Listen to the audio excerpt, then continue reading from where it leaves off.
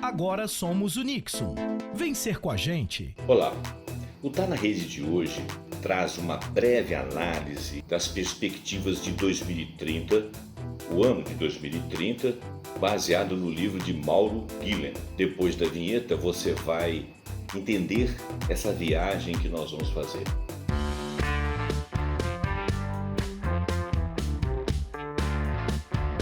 Que nós vivemos momentos onde as mudanças foram precipitadas, e isso é algo inédito na evolução das várias gerações até aqui, todos nós sabemos. E nós já percebíamos que as mudanças prometiam nos levar a uma outra realidade. O advento desse agente infeccioso em nível global que nos obrigou a nos abrigarmos em casa, nos afastarmos uns dos outros, foi também um propulsor global destas mudanças mencionadas, e isso resultou em novos hábitos, claro. E não supomos que o retorno a alguma normalidade o será como foi antes desse afastamento, desse fato inédito. A nossa sociedade agora é muito mais conectada pelos acontecimentos recentes. Já era antes, se tornou muito mais conectada. Nós temos 29 bilhões de dispositivos conectados, o que equivale a mais de 3 vezes a população humana. As manchetes sobre a tecnologia 5G, Wi-Fi 6 transformarão a conectividade, e isso tem sido notícia recorrente. Um fato importante associado à conectividade são os sentimentos que mais impactarão os hábitos das pessoas, inclusive como consumidores, na convivência. Tudo isso faz parte de um hoje que tem perspectivas para o amanhã. Esse amanhã, dos 2030, nós vamos viajar nele.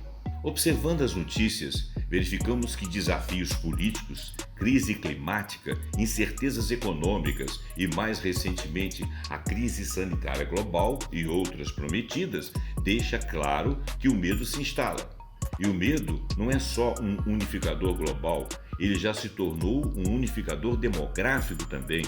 Só para exemplificar, uma pesquisa sobre o clima conduzida pela World Global Style Network em 2019 revelou que 90% dos entrevistados do mundo todo disse se sentir inseguro sobre o futuro quando pensam na crise climática.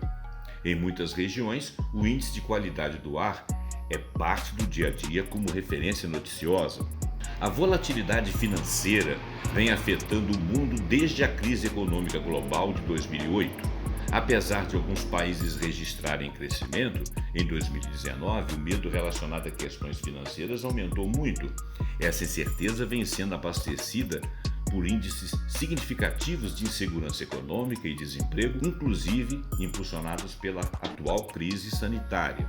As pessoas temem ter dívidas, e relativo aos cuidados da saúde, alguns países que não têm saúde pública mantida pelo Estado ou que as têm em regime precário temem se endividar para manter seu padrão de saúde e a saúde de sua família. O contágio emocional aumenta com o aumento das redes sociais e dos serviços de streaming, os mesmos avanços tecnológicos que garantem à sociedade níveis recordes de comodidade, tais como, por exemplo, entrega de comida em 24 horas por dia, pedidos online, ou mesmo a produtividade com equipes de trabalho integradas mundialmente, com salas flexíveis, vem criando uma sociedade conectada, mas desincronizada. Por quê?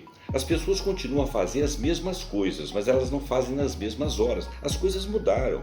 O ritmo individual de cada um é diferente, tem sido variado. A desincronização vem afetando as comunidades e causando a falta de interação consistente entre as pessoas.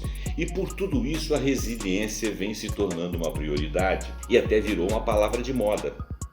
Quando não, o otimismo passa a ser uma postura radical. Somos otimistas? O que vai acontecer? O que está acontecendo? Mas, cuidado, a positividade desenfreada, aquela coisa da superação, que vamos em frente, é assim mesmo, nos torna sério. As mudanças de estado de espírito, ou as mudanças na conectividade, ou as mudanças nos pensamentos, as informações que recebemos, vêm nos trazendo dificuldades pessoais, ou dos grupos, ou até dos países. intercomunicação de grupos, intercomunicação das pessoas, tudo isso tem de ser avaliado. Não basta concordar e falar é assim mesmo, vamos para frente, estamos numa viagem de evolução, sem avaliar como estamos fazendo. Existem muitos parâmetros, se comparados com o passado, que nos dão a ideia de que avançamos muito. Porém, nunca foi tão importante não ser mais um e se deslocar como uma turba. Nos Estados Unidos da América, há menos pessoas abaixo da linha da pobreza e na Ásia, bilhões de pessoas deixaram a pobreza extrema. No futuro, boa parte da classe média estará na Ásia.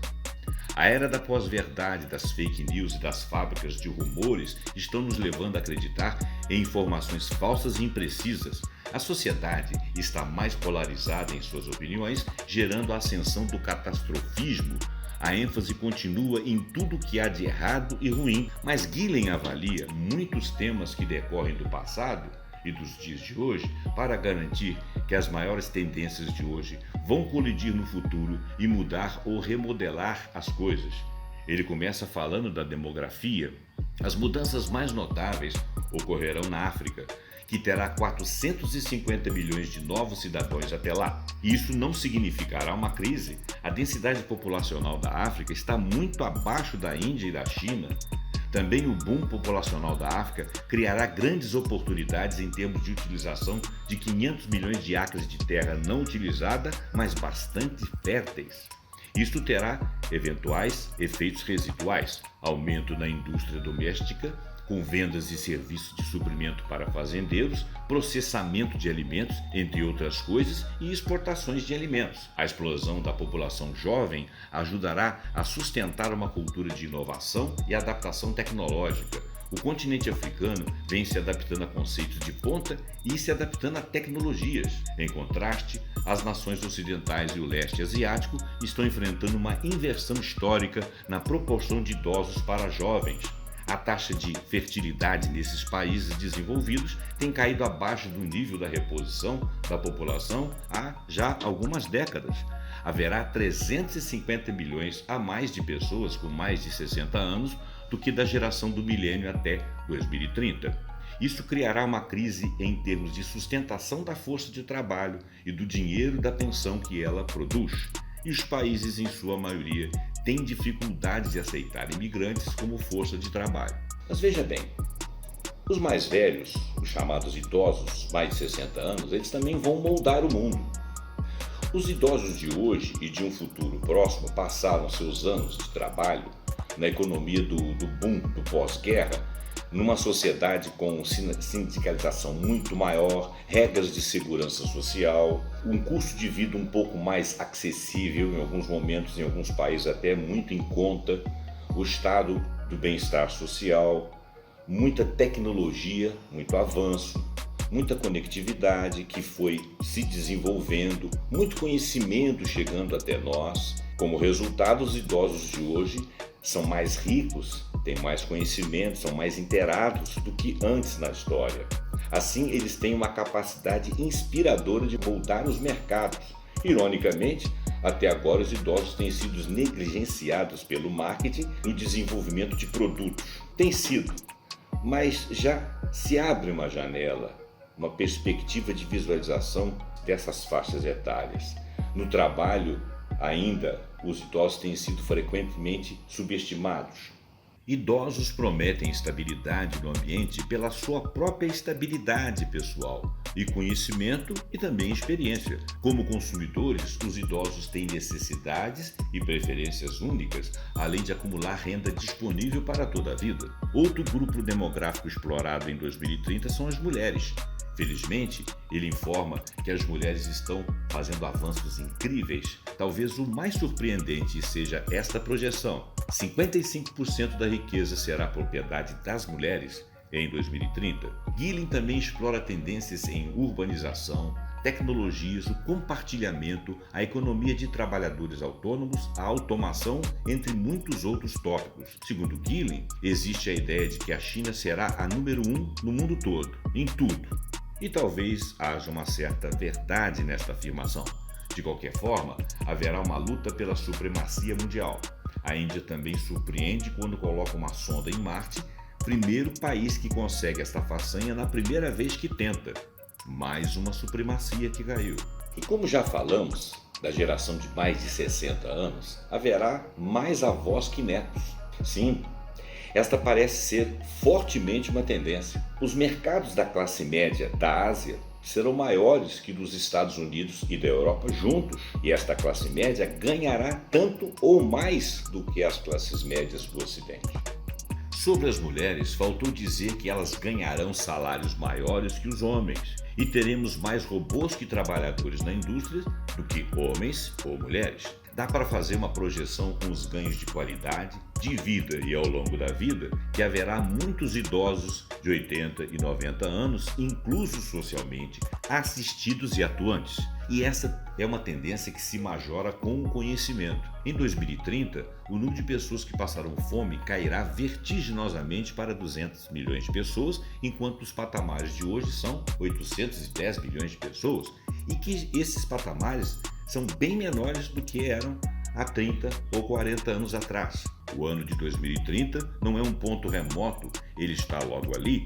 Precisamos nos preparar para as oportunidades e os desafios que virão com ele, e não serão crendo nas dificuldades aventadas agora pela desinformação, nem será sendo uma mera peça impensante do sistema ou preso em bolhas alimentadas por fake news ou por desinformações. Ou alimentamos a aurora que está por vir, ou seremos engolidos pela realidade, à maneira da esfinge de Tebas que diz: decifra-me ou te devoro. Esse raciocínio, ou melhor, essa reflexão deste livro e também minha pessoal pelas minhas leituras, até por eu gostar desses temas, fica aí para você. Se você gostar, comenta, compartilha esse vídeo, passa para outras pessoas, deixa o seu comentário, faz uma proposição, quem sabe você não tem outras ideias. Essa sociedade que evolui até 2030 como um marco em que nós estamos pensando, inclusive em termos de meio ambiente.